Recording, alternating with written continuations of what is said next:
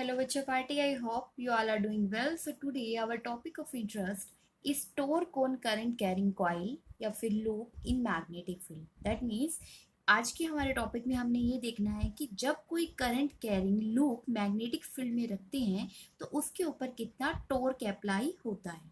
हाँ जी, तो आज जो हम टॉपिक पढ़ने वाले हैं ये क्यों पढ़ने वाले हैं, सबसे पहले क्वेश्चन हमारा ये आता है वेयर दिस टॉपिक या दिस फिनोमिना या फिर this effect is used. So, this phenomena is used in AC motors as well as DC motors. तो ये करंट कैरिंग लूप के ऊपर जब वो मैग्नेटिक फील्ड में रखी जाए और उस पर टॉर्क लगना, ये किस में यूज होगा? ये एसी मोटर्स और डीसी मोटर्स में यूज होता है, जो कि हम पढ़ेंगे आपके next upcoming chapter electromagnetic induction के अंदर। वहां पे हम देखेंगे कि कैसे टॉर्क की वजह से जो आपकी एसी मोटर्स या डीसी मोटर्स के अंदर जो कॉइल्स होती हैं वो क्या करती हैं, रोटेटिंग इफेक्ट, रोटेशनल इफेक्ट को हमें शो करती हैं। सो हियर इस टॉपिक को मोर ब्रीफली इलेबोरेट करने से पहले एक वर्ड आता है विच इज टॉर्क। हाँ जी, तो ये आपने क्लास 11th की फिजिक्स में किया होगा। फोर्स के बाद हमने जो एक नेम पढ़ा था विच इज टॉर्क। तो सबसे पहले टॉर्क क्या होता है हम इसको देख लेते हैं। टॉर्क भी एक टाइप का फोर्स ही होता है, बट इस फोर्स की वजह से एक बॉडी क्या करने लगती है, रोटेशनल मोशन को करने लगती है। देखिए, जब जैसे कोई ऑब्जेक्ट है या फिर कोई बॉडी है, ठीक है, जैसे हम यहाँ पे एक पेन सपोज कर लेते हैं, अगर इस पेन के ऊपर हम फोर्स लगाते हैं तो ये क्या कर रही है, लीनियरली मूव कर रही है। इस पे फोर्स लगाए, सीधा ऐसे आगे गई, या फिर हमने इस पे फोर्स लगाए, इसने ऐसे मोशन किया। तो वेन एवर फोर्स किसी बॉडी पे लगाया जाए और वो लीनियर मोशन करे तो वहां पे लगता है फोर्स। ठीक है, जब भी किसी बॉडी पे हम फोर्स लगा के उसके अंदर क्या हो रहा है, लीनियर मोशन।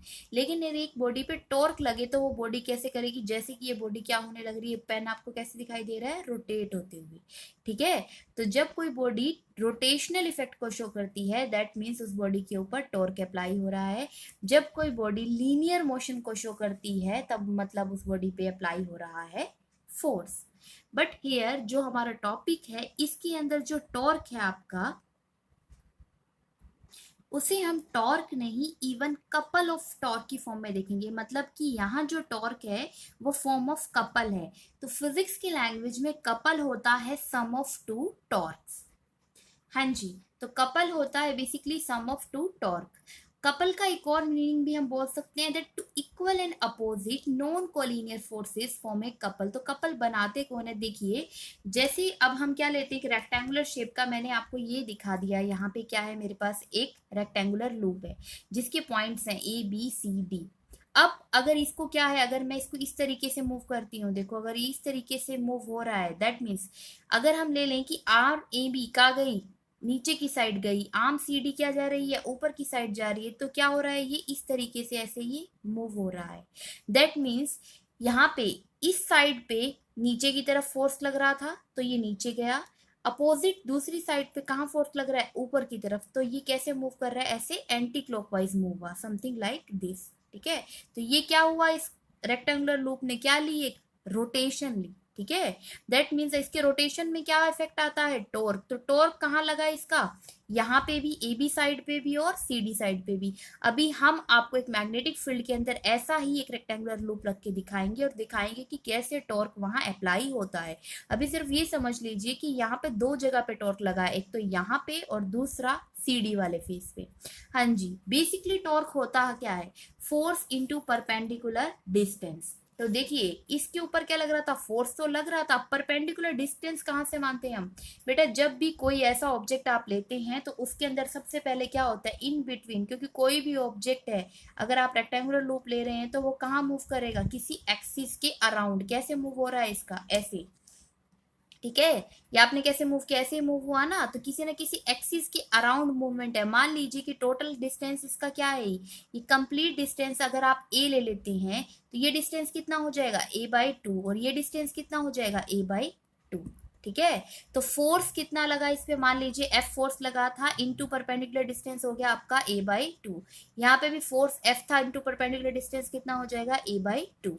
तो बेसिकली कपल क्या है, two equal and opposite non collinear forces form से कपल। अब एक नया वर्ड आ गया, नॉन कोलिनियर। नॉन कोलिनियर क्या है, जैसे देखिए ये क्या है, एक फोर्स यहाँ लगा ए बी पे और एक फोर्स कहाँ लगा सी डी पे, दोनों ही क्या है एक पॉइंट पे नहीं है। इस पे फोर्स नीचे की तरफ लग रहा था और इस पे फोर्स ऊपर की तरफ, इसीलिए ये ऐसे मूव हो गया।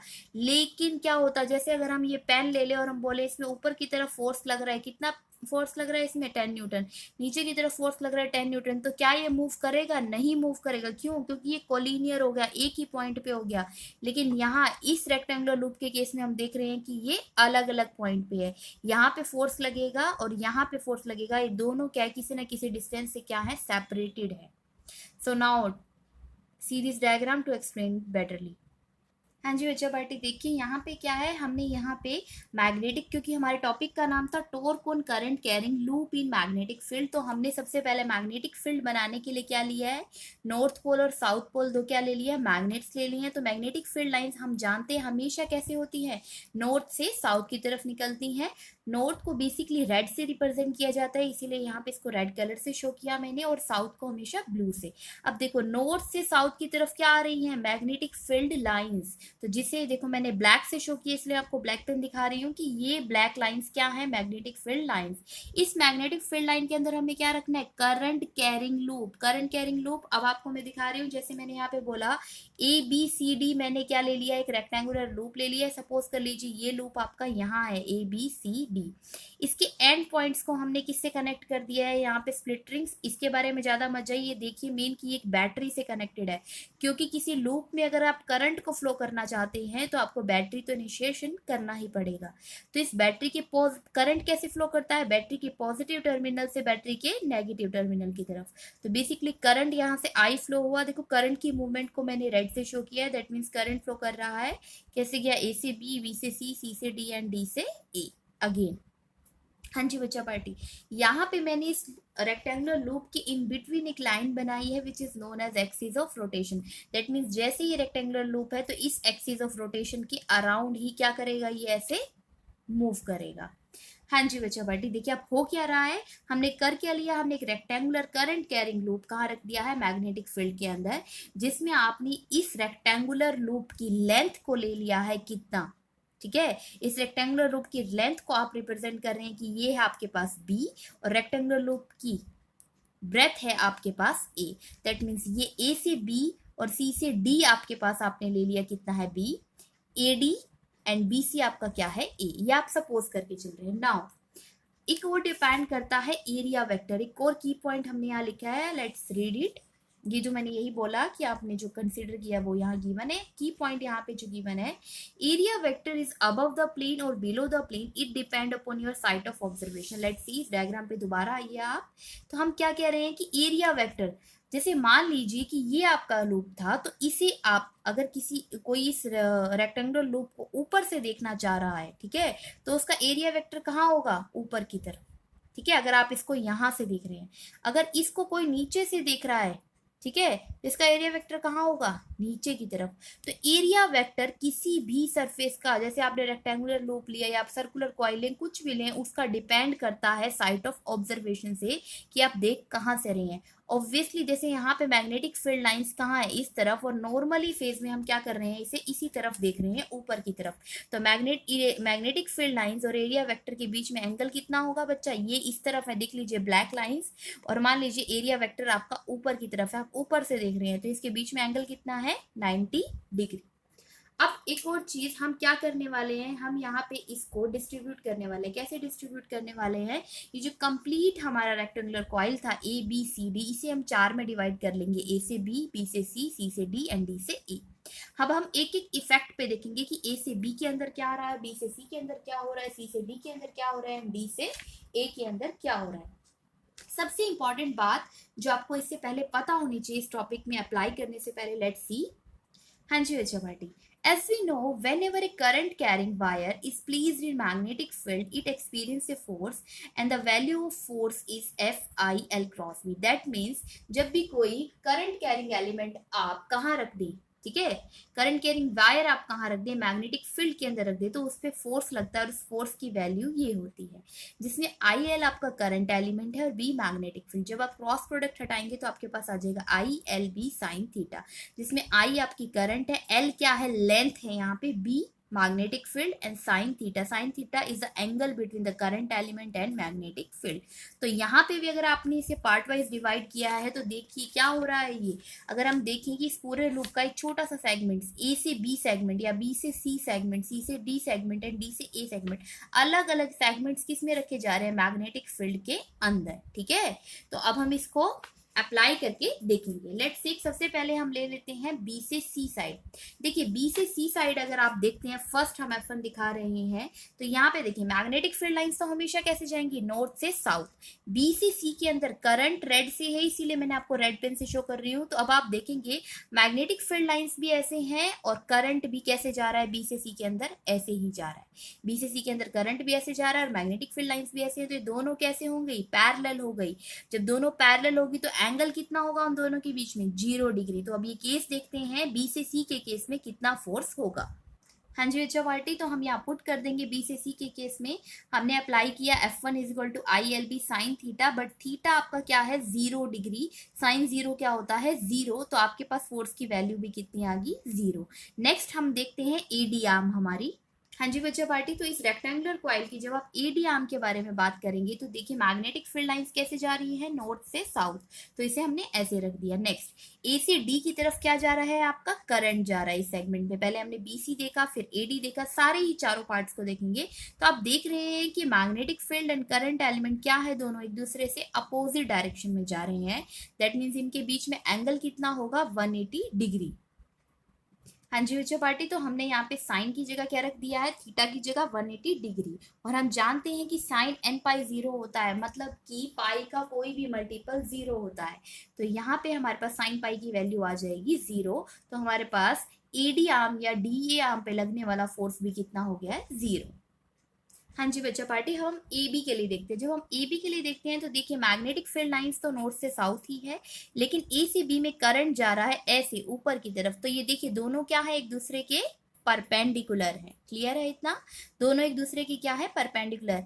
मैग्नेटिक फील्ड लाइंस कहाँ जा रही है, नॉर्थ से साउथ पोल, एंड करंट जा रहा है ऐसे ऊपर की तरफ। तो यहाँ पे एंगल हमारा बन गया है 90 डिग्री। लेट्स सी, तो इसके केस में क्या होगा, जब हम F3 लेंगे तो F3 के केस में हमारे पास एंगल हो जाएगा 90 डिग्री, आपके पास वैल्यू आ जाएगी BIL।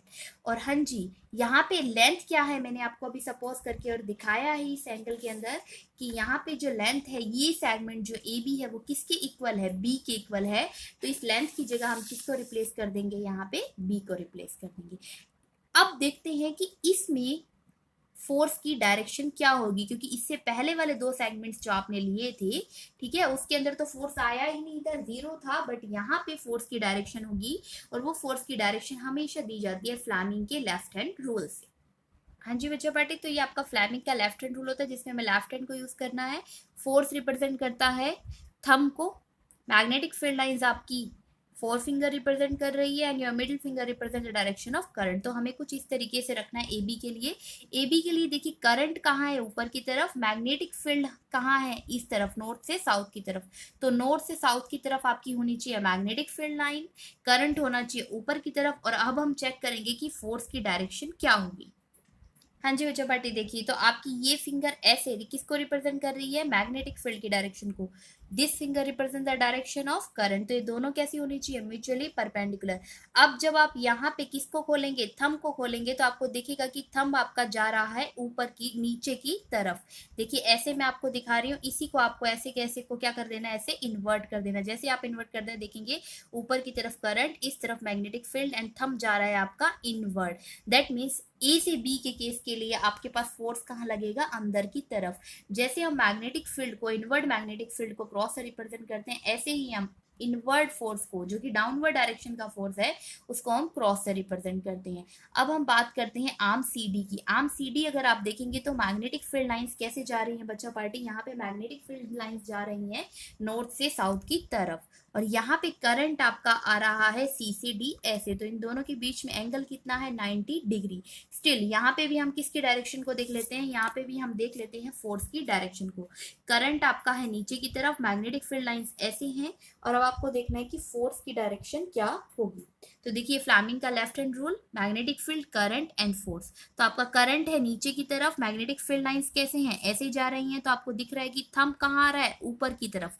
दैट मीन्स इस पे मैग्नेटिक फोर्स कैसे लगेगा, आउटवर्ड डायरेक्शन में, जिसे हम डॉट से शो करते हैं। ठीक है, क्योंकि ये तीनों परपेंडिकुलर होते हैं, इसीलिए कुछ इसे इस तरीके से शो किया जाता है। हाँ जी, तो हम इसकी वैल्यू भी देख लेते हैं कि सी डी आर्म के अक्रॉस वैल्यू कितनी आएगी। कुछ नहीं चेंज कर रहे, सिर्फ हमने ये लिखा कि एंगल यहाँ पे 90 हो गया, तो स्टिल आपके पास वैल्यू आ गई बी आई बी।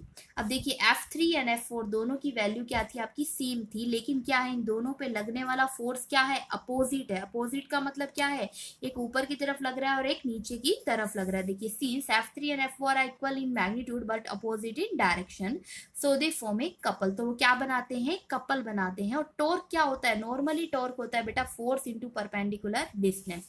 बट मैंने आपको बताया कि इस वाले डायग्राम में जो हम आज डिस्कस कर रहे हैं टॉपिक, इसमें क्या है, हमारे पास कपल की फॉर्म में है टॉर्क। कपल की फॉर्म का मतलब क्या था, कपल के में हमने क्या बताया था कि दो टॉर्क होने चाहिए, और वो कैसे होने चाहिए, नॉन कॉलिनियर। जैसे हमारा यही केस है ABCD वाला ही, इसमें आप देख रही हैं AC B एंड पे क्या लग रहा है, फोर्स नीचे की तरफ, और C से D एंड में फोर्स कहाँ लग रहा है, ऊपर की तरफ। तो कुछ इस तरीके से ये क्या हो रहा है, रोटेट हो रहा है। अब जैसे ये रोटेट हो रहा है बेटा, देखो क्या है, ये नॉन कॉलिनियर है क्योंकि एक लाइन पे नहीं है और इनके बीच में कुछ ना कुछ डिस्टेंस भी है। तो अब हम देखते हैं कि टोटल टॉर्क कितना होगा। हाँ जी बच्चा, तो इसको एक्सप्लेन करने के लिए अच्छे से हम ये चीज लेके चल रहे हैं कि जब एरिया वेक्टर और मैग्नेटिक फील्ड क्या है, दोनों परपेंडिकुलर। देखिए मैग्नेटिक फील्ड लाइंस ऐसे जा रही हैं, और मान लीजिए हम कैसे देख रहे हैं, इसे ऊपर की तरफ देख रहे हैं, तो हमारे पास क्या हो गया, एरिया वेक्टर और मैग्नेटिक फील्ड दोनों क्या होंगे, परपेंडिकुलर। तो इसके केस में हम लेके चलते हैं समथिंग लाइक दिस। देखिए क्या है, इसी को हमने रिप्रेजेंट किया है कि ए बी आर्म पे कैसे लग रहा था, नीचे की तरफ फोर्स लग रहा था F3, एंड DC आर्म पे क्या लग रहा था, ऊपर की तरफ फोर्स लग रहा था F4। इन दोनों के बीच का डिस्टेंस क्या है, a/2 और ये क्या थी, एक्सिस ऑफ रोटेशन। अब इन दोनों के बाद हमने कह दिया कि एरिया वेक्टर की जेड डायरेक्शन के लिए दिखाया जा रहा है कि area vector magnetic field lines के क्या है, परपेंडिकुलर। तो यहाँ पे दो टॉर्क लगेंगे, कितने टॉर्क लगेंगे, दो। और टॉर्क होता क्या है, फोर्स इंटू परपेंडिकुलर डिस्टेंस। तो टॉर्क हो गया आपका T1 प्लस में T2। T1 पहला टॉर्क क्या है, फोर्स कितना है F3, परपेंडिकुलर डिस्टेंस क्या हो जाएगा एक्सिस ऑफ रोटेशन से, a/2, प्लस में ऐसे ही यहाँ पे लग रहा है फोर्स कितना, F4, और परपेंडिकुलर डिस्टेंस क्या हो जाएगा, a/2। F3 एंड F4 की वैल्यू आप पहले कैलकुलेट कर चुके हैं, वो वैल्यूज यहाँ पुट कर दी हमने, IBB इंटू में a/2। आप देख रहे हैं दोनों सेम है, तो क्या हो जाएगा, ट्वाइस हो जाएगा कंप्लीट फंक्शन। तो 2 से 2 कैंसिल हो गया, टॉर्क की वैल्यू होगी IBB इंटू a। हाँ जी, B and A which is length into breadth. तो एरिया बेसिकली क्या होता है, लेंथ इंटू ब्रेथ। तो BE की जगह आप कैपिटल A रिप्लेस कर सकते हैं। तो this is all your top. But अगर ऐसा हो जैसे कि आपने ये लिया, अभी तो क्या है कि इस पे नीचे की तरफ फोर्स, इस पे ऊपर की तरफ लग रहा है, तो ये ऐसे रोटेट होगा। बट जैसे ही ये रोटेट होता है, तो मैग्नेटिक फील्ड लाइंस और एरिया वेक्टर के बीच में कोई ना कोई एंगल आ जाता है, वो 90 नहीं रहते। तो हम देखते हैं वो केस। हाँ जी बच्चा पार्टी, तो मान लीजिए कि थोड़ा सा रोटेट हो गया है, ठीक है, किसी ना किसी एंगल पे हम देखें कि यहाँ पे फोर्स लग रहा है F3, इसमें ऊपर की तरफ फोर्स लग रहा है आपका F4, ठीक है, और this is your area vector A। यहाँ से यहाँ तक का डिस्टेंस आपका क्या है, a/2, एंड ये भी डिस्टेंस आपका परपेंडिकुलर डिस्टेंस हो जाएगा a/2। क्लियर है इतना। देखो बेटा कहाँ से माना है कि हम मान रहे थे कि शुरू में तो ये ऐसे था, यही वाला फोर्स मैं डॉटेड से दिखा देती हूँ कि शुरू में ये कैसे था, ऐसे था। अब जैसे इस टाइम पे लग रहा था फोर्स, ये कुछ ऐसे लग रहा था, यहाँ पे लग रहा था ऐसे। शुरू की सिचुएशन ये थी, एरिया वेक्टर भी ले लीजिए, ऐसे था। बट थोड़े टाइम में क्या हुआ, ये ऐसे टर्न हुआ, टर्न होते ही इसने क्या किया, कुछ ना कुछ एंगल बनाया। तो ये जो एंगल इसका बना है, ठीक है, ये एंगल है आपका थीटा एंगल, ठीक है, कि दैट मीन्स अब यहाँ पे मैग्नेटिक फील्ड लाइंस और एरिया वेक्टर परपेंडिकुलर नहीं है, उनके बीच में कोई ना कोई एंगल थीटा आ गया। अब अगर ये एंगल थीटा है बेटा, तो हम जानते हैं, हमें दिख रहा है कि एरिया वेक्टर और दिस परपेंडिकुलर डिस्टेंस, तो ये क्या होते हैं, आपस में 90 का एंगल बनाते हैं। ये एंगल अगर थीटा है, तो यहाँ पे ये बचा हुआ एंगल आपका हो जाएगा, कितना हो जाएगा, 90 माइनस थीटा। अब मैथ से हम जानते हैं कि अगर कोई चीज इस तरीके से है कि ये एंगल 90 माइनस थीटा है, अल्टरनेट इंटीरियर एंगल, तो ये एंगल भी कितना हो जाएगा, 90 माइनस थीटा। दैट मीन्स ये एंगल अगर अपना 90 माइनस थीटा है, तो ये एंगल भी आपका कितना हो गया, 90 माइनस थीटा।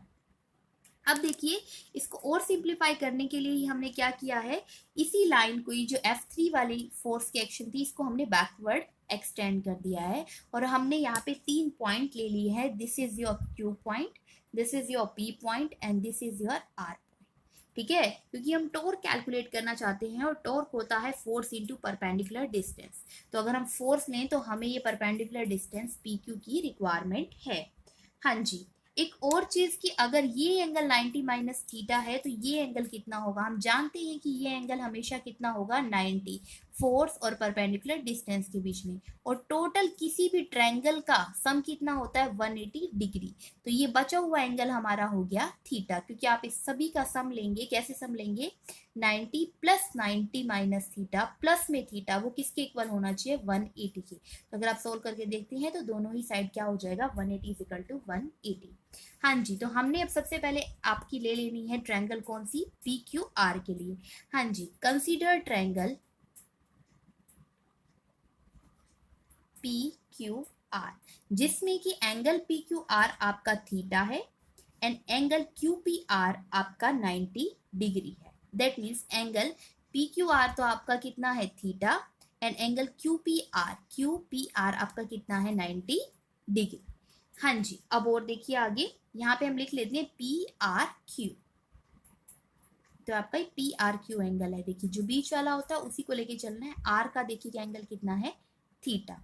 हाँ जी, तो टॉर्क क्या होता है आपका, टॉर्क होता है फोर्स इनटू परपेंडिकुलर डिस्टेंस. तो यहाँ पे दो टाइप के फोर्स लग रहे हैं, इसलिए F3 इनटू में परपेंडिकुलर डिस्टेंस प्लस में F4 इनटू में परपेंडिकुलर डिस्टेंस.